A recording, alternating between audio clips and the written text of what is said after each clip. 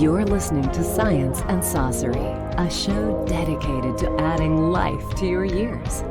And now your hosts, registered dietitian Juliana Hever and scientist Ray Cronice. Here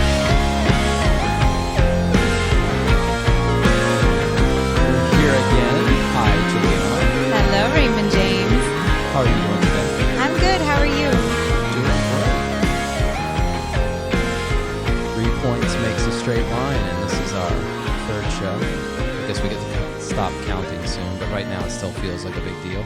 It does. It's very exciting. And we got to keep it up, and that's the big going to be thing. the challenge, yes. Right, that's going to be the big thing. So, but we're determined. yeah, so a lot of great comments about last week's show, and I think this one's going to be fun too. We're going to be talking about the games people play with food. Ooh, don't we all? We all tend to play all of these kinds of games. And, you know, it's really amazing all the things we make up about food. I know I do it. I've done it. I do it less now just because I'm kind of weird now and more focused on what I'm doing. But it surprises me how often we make these kinds of rules up and then we end up living whatever it is we're thinking. Yeah, we buy into our own ideas.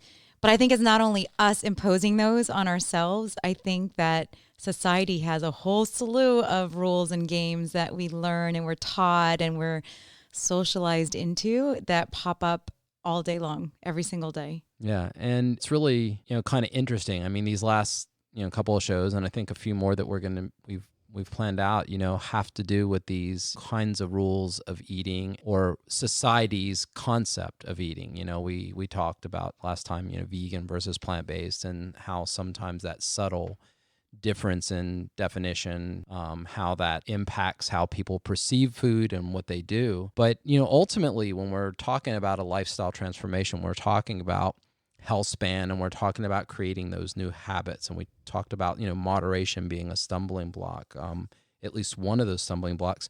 What sort of things have you seen with clients that tend to be stumbling blocks? What are some of the things that you think trip people up? Well, I would say what aren't a stumbling block for most people. I think we're dealing with this all the time. And I think the worst stumbling block for everyone would be everyone else. And, if you want someone to agree with you and to validate your thoughts and your goals or whatever you want it to be true, you can get someone to do so, or you could find someone else that will do so. And you can keep going until you've got everyone on your team saying, yes, that's right. You do need to eat 5 Big Macs before you go on this trip. It's getting other people involved and other people's opinions that can wreck everything. And I know that even people that want to work with me or that are working with me, and then their doctor has a comment or their friend has a comment or someone's doing the hottest, high protein thing, and it really gets into their heads, and then they, it just messes them up. So it's like almost too much information is worse. And that's why I like what we do. We put everyone into our little cult and we say, don't talk to anybody. Isolate yourself, because honestly, sometimes less is more. Yeah, and I think, when we first started working together, you kind of question the idea of not having support groups. Like, aren't we going to have a chat session? Don't we have a place to get together? And, you've watched that people end up, it's like if you've ever seen that Pixar short on birds. Oh, you showed me that. Have you ever seen that? Yeah. Yeah. So like, all the little birds and their little chatter, and there's the one dorky bird that comes along and he's just like happy as a lark, I guess, pun intended. he's happy. And then all the other ones are like getting into all this thing and it becomes really difficult, when you have a group that you're working with, because you can talk yourselves into and out of what you're trying to do. And so it becomes something that really it ends up driving everything you're doing. So, having that one-on-one extreme accountability, no matter what you're trying to do. I mean, think about it, even with coaching, that tends to happen. You have a coach. This is your coach. This may be the coach for this group of people on the team. This may be the coach for that group of people on the team. So, really and truthfully, having that extreme one-to-one accountability, I think, is critical. It's really critical. But even if you're on your own and you're not working with a coach, or anything, you could get into these own stumbling blocks yourself, like oh, it's okay, I'll start on Monday, or oh, it's okay, I'm going on a trip, so I deserve this. I haven't eaten all day. All those things that you could easily talk yourself into. It's a vicious cycle, and we all do it. There's all these mind games that take place when it comes to when we eat and how much we eat and what we eat. Right. And, in terms of those games, the big rules that we make around food, these, they can be, like I was saying earlier, they can be as general as ascribing to a certain diet, for some reason, but they can be as minute as just, justify going off of whatever you're trying to do. Like if you're having a specific goal and you're not sticking to it because you come up with this rule, like I'm at an airport, so there was nothing better. Right. Or what's the best thing I could get on the menu here? Compared to what? Right. Right. We get back to that. And look, in a normal situation, that's fine. But if you're actually trying to achieve a goal, if you're actually trying to make a transformation, or if you're trying to, change your diet for a period of time so that you get that new normal to set in, during that time, an exception, you don't make exceptions. I mean, think about if you were doing a metabolic ward study. You don't just like, oh, well, I didn't have anything today, so I went and had a latte. You would want to try to stay with what they're doing.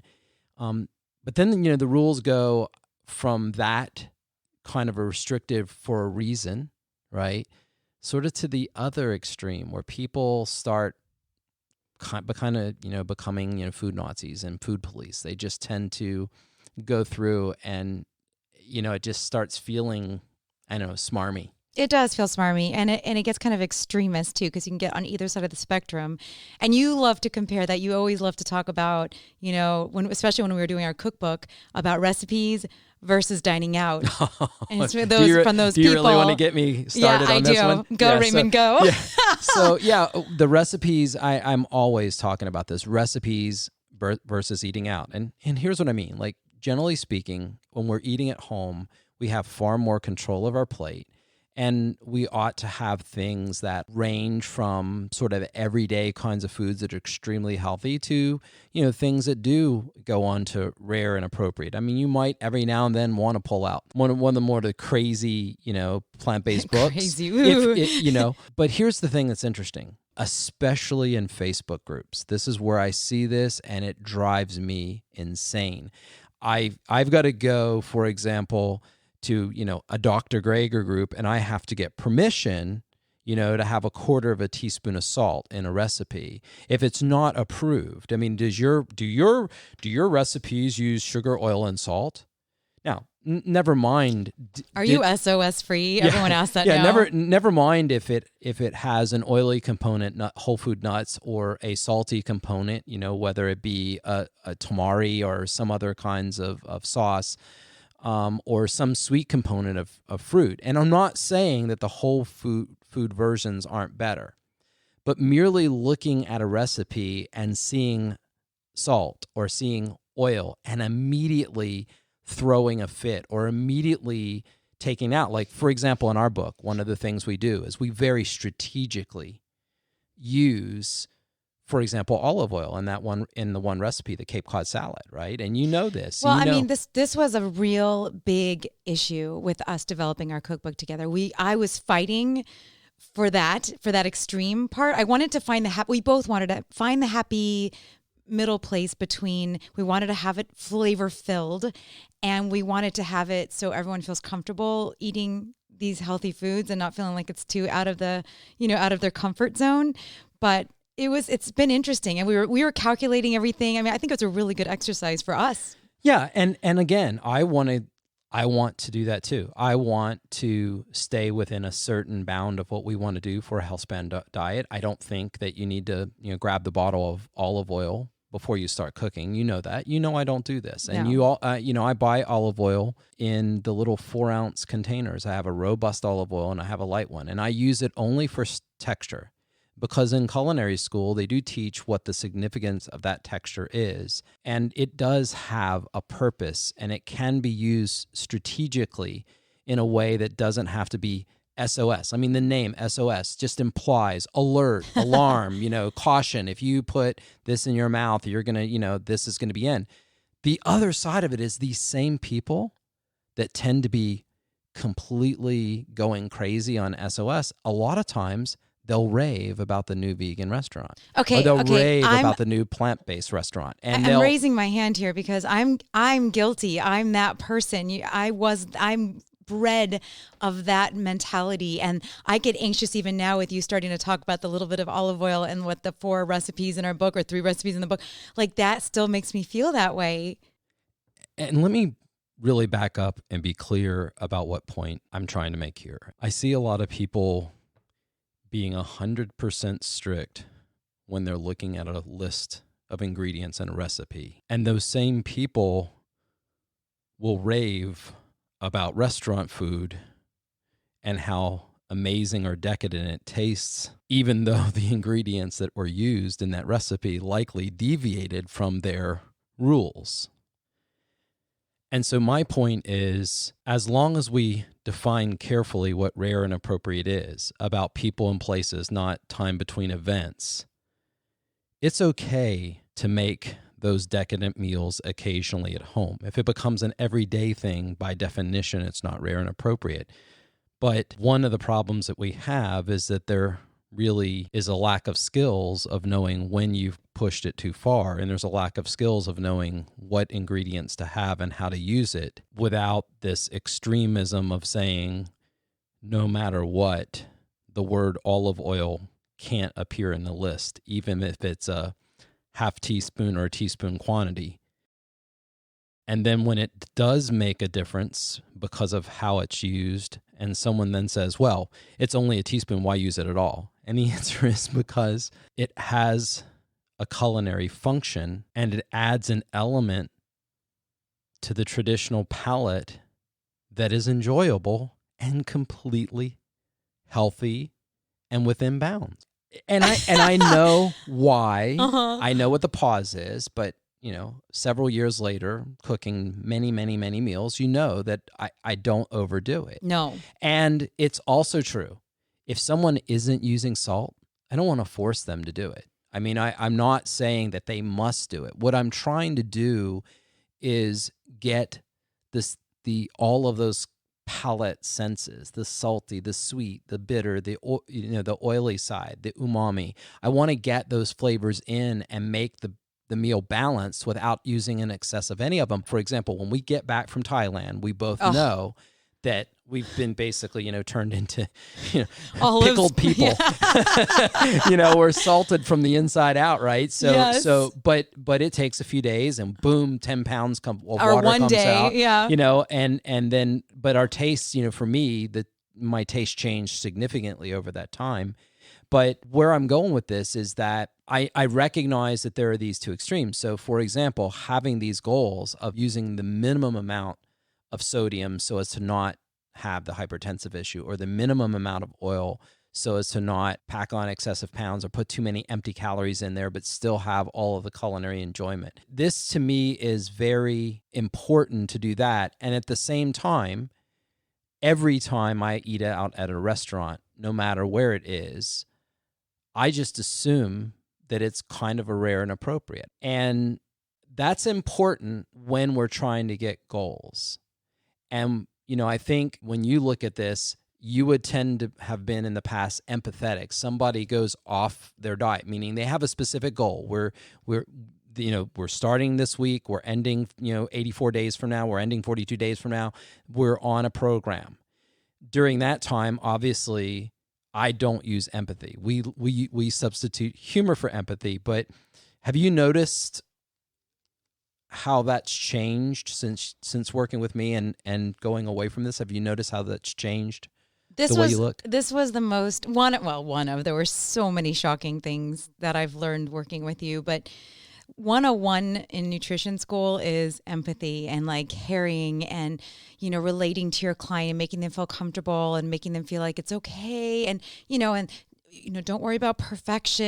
And we learn how to be empathic, and we learn, in our coaching classes, we talk about, how we make them feel better and not feel like a failure, because otherwise they're going to feel like it's too much and they're going to give up.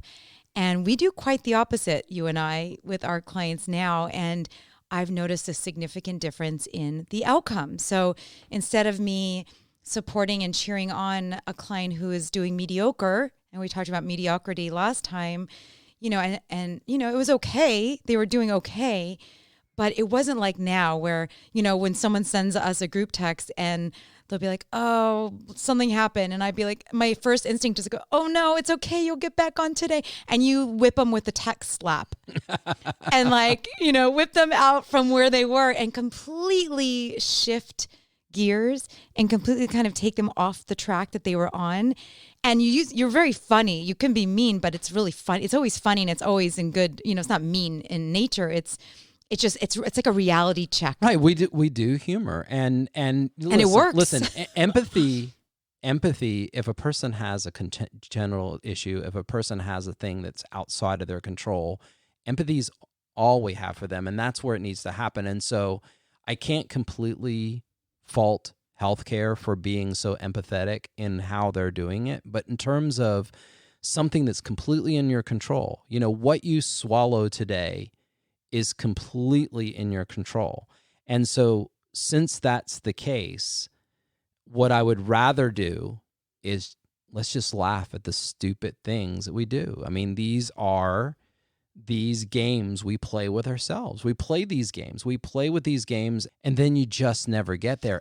That's the problem, is that tomorrow never comes, Monday never comes, and you're constantly struggling. And that's what I love about being more serious and focused and let's just get this done. And then once you're done and you've achieved your goals and you've learned how you can manage them and actually maintain them and keep this kind of for the long run. So it doesn't have to be this whole, you're always on a diet or you're always yo-yoing or you're always frustrated. You just want to set your goals and stick to them, achieve them, and then live your life. And I love, love, love the whole rare and appropriate concept because it actually, it's more definitive, and even by being less definitive, it's more empowering.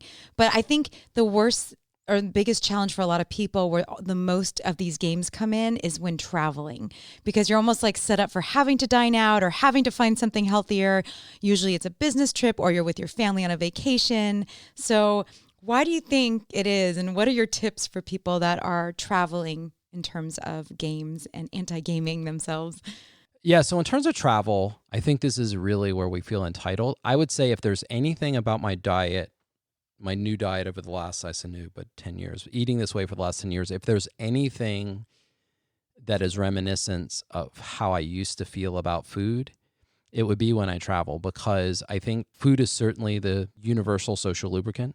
So you meet a person in their culture, and, we've traveled all over the world, and not everybody eats like you. And so this is a double-edged sword. On one hand, you want to meet a culture, want to meet a people where they are. On the other hand, everything can't be an exception. And I would say for a lot of people, they plan their entire vacation around meals. Oh, yeah. When they get up in the morning, they begin with, where are we going to eat breakfast? And then where are we going to get a snack? And are we taking snacks with us to the park? And then Can I just do a little ode to my grandma? Sure. I had my wonderful grandma, Sally, who was so adorable and, nice Jewish grandma who loved food so much. And literally, it was the joke of the family was when we were all sitting down on a trip for breakfast, we were discussing dinner. Immediately, it was always talking about the next meal. The next day, it was all about the meals. Right. And so you plan from meal to meal to meal, and then you squeeze your vacation in between the meals. Now, obviously, there are some places. I mean, when we were at that, really cool little temple with Ellen and, eating this Buddhist vegan meal, which was amazing. It was actually we're at this temple and we're having this meal, and there's all these other people sitting at our table. And so obviously in that case, it turns out that they took us to a place that was vegan, but it certainly wasn't, I wouldn't say health food, but it was delicious. It was so good. Or, in Thailand, when Poe and Vanessa took us to that little place at Amphoe, and they were looking to try to get us all these amazing meals. That was the first time I tried most of those tropical fruits, jackfruit and durian. That was my first durian, exactly. And maybe my last. So in those cases, it really didn't matter that we were quote unquote on a diet. If there was a tiny little bit of shrimp paste in one of the curries, it's not that critical. This is not a failing. Somebody may had something a little different. You weren't slathering the curry on a big piece of chicken or something. It's not that kind of thing. And so I think that slathering curry on a chicken. Well, that's my point. My point is I'm talking about degrees of deviation, and I'm talking about traveling and meeting a culture where they are. I can imagine, I'm not saying that some person might not say, no matter what, if that has any shrimp paste in it, I'm not going to have it.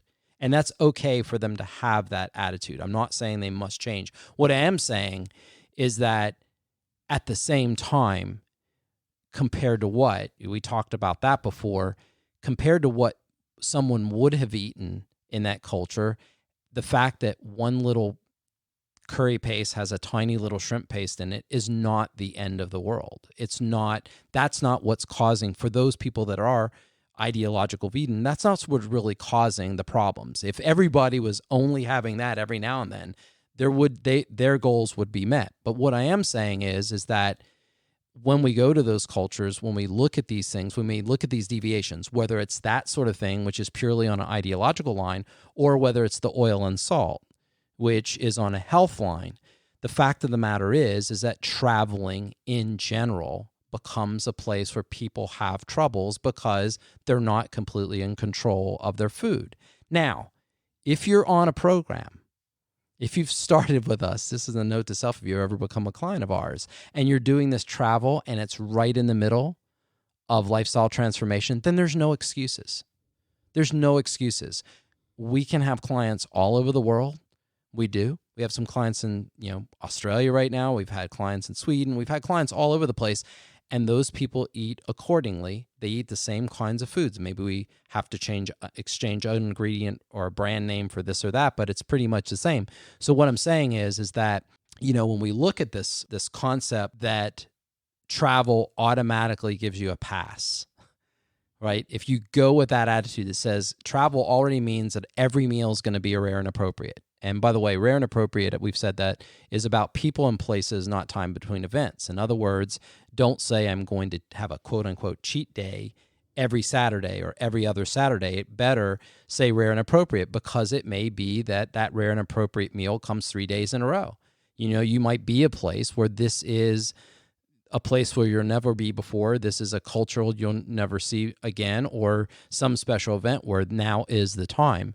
And it may not happen again for 6 months. It may not happen again for a year. So it doesn't have to happen so quickly. So when we're on travel, it's probably the one place where I think everyone has to pay attention to what they're eating. How do you think people can game those games people play?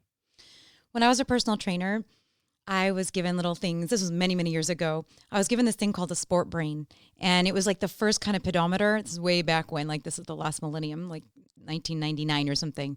And I put it on and it measured my steps for the day. And then I plugged it into this thing that would submit the information to my computer, through the whole internet thing that was so, all that, I don't even know what that's called anymore. Whatever. A modem. Is that a modem? Sorry, pardon my ignorance.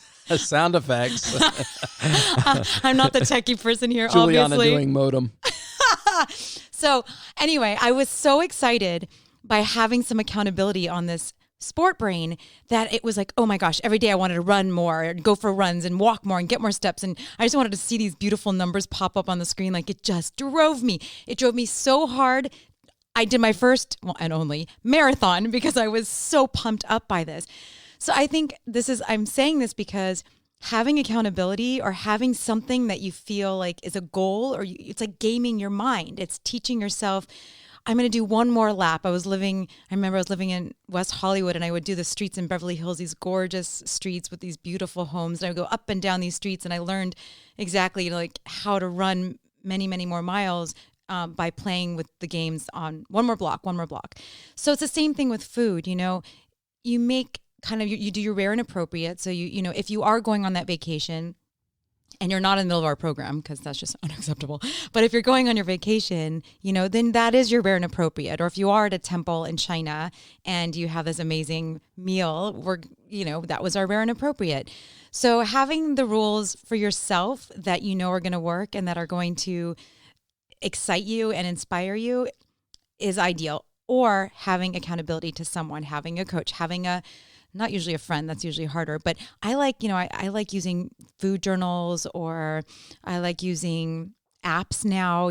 Sometimes for myself, if I get off track and I need to kind of rear myself in, I want to use, like Chronometer. I'll plug in stuff and I'll start writing stuff down. And that inspires me too, just kind of like the Sport Brain did. So it's kind of gaming yourself in the way that works for you.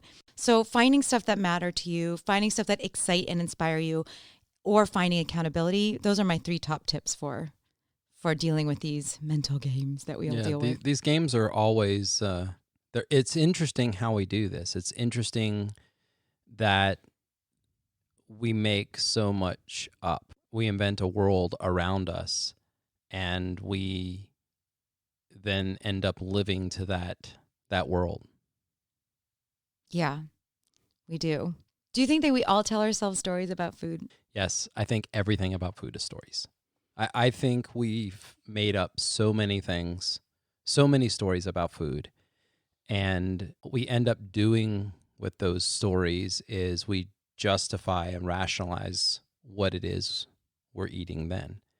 And I think that's why some of the best diets, this is marketing in general. Obviously, marketing is stories, good storytelling in general. But I think this is why some of the best diets don't tend to be the doctor diets. They tend to be the more generic. There are some exceptions, but I would say paleo was probably a lot more successful than Atkins, if you think about it. Not that Atkins wasn't popular, but the neat thing about paleo is anybody could be paleo. And when it was paleo, anybody could define paleo. Were potatoes on paleo or were they not? Can you eat dairy on paleo or can you not? Whereas Atkins is what the Dr. Atkins says, And so we have a lot of the doctor diets, and the doctor diets tend to be, keto is another example. Vegan is another example. Plant-based is another example. So these become stories, narratives that we live up to, and they become pretty ill-defined. Whole30. They become pretty ill-defined. I just read that people are now saying plant-based doesn't mean you have to eat all plants. It is. Everything's ill-defined and everything is open to interpretation. Right. Now we have people, condemning us saying, I'm on a plant-exclusive diet. Yeah.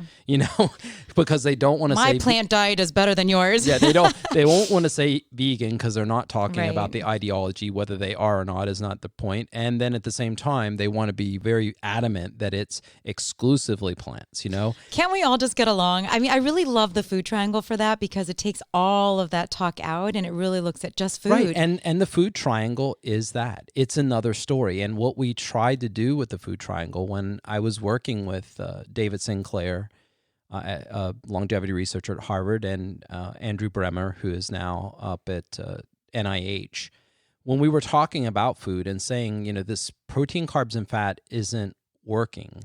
It doesn't segregate these isometabolic foods. And David jokingly talked about the furry things and the green things. He said, they're different.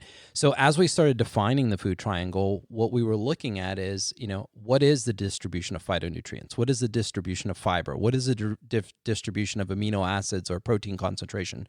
What's the difference in starch or simple sugar concentrations? And when you look at the food triangle carefully, and if you haven't seen it, up at the top there is, cruciferous vegetables, leafy greens, stems like celery and asparagus, bulbs like garlic and onion and mushrooms, and then down each descending side. One side is mainly animal-sourced food, meaning animal-sourced calorie food, so things like poultry, seafood, fish, meat, etc., and dairy. And then on the right side of the food triangle is more energy sourced from plant-based foods. So you've got all your fibrous foods up at the top and all of your leafy greens and those things that are pretty low calorie at the top. And then down each descending side, you have plants on one side, on the other side you have animal products. And why this is important is that, I remember in the beginning, hearing people on plant-based or vegan said, well, you can't be on just an all-meat diet, which they didn't know what was coming in 2019 because everybody are. And I actually think you can survive and reproduce on a wide range of diets. I don't know that all of them are going to mitigate chronic disease after reproductive prime.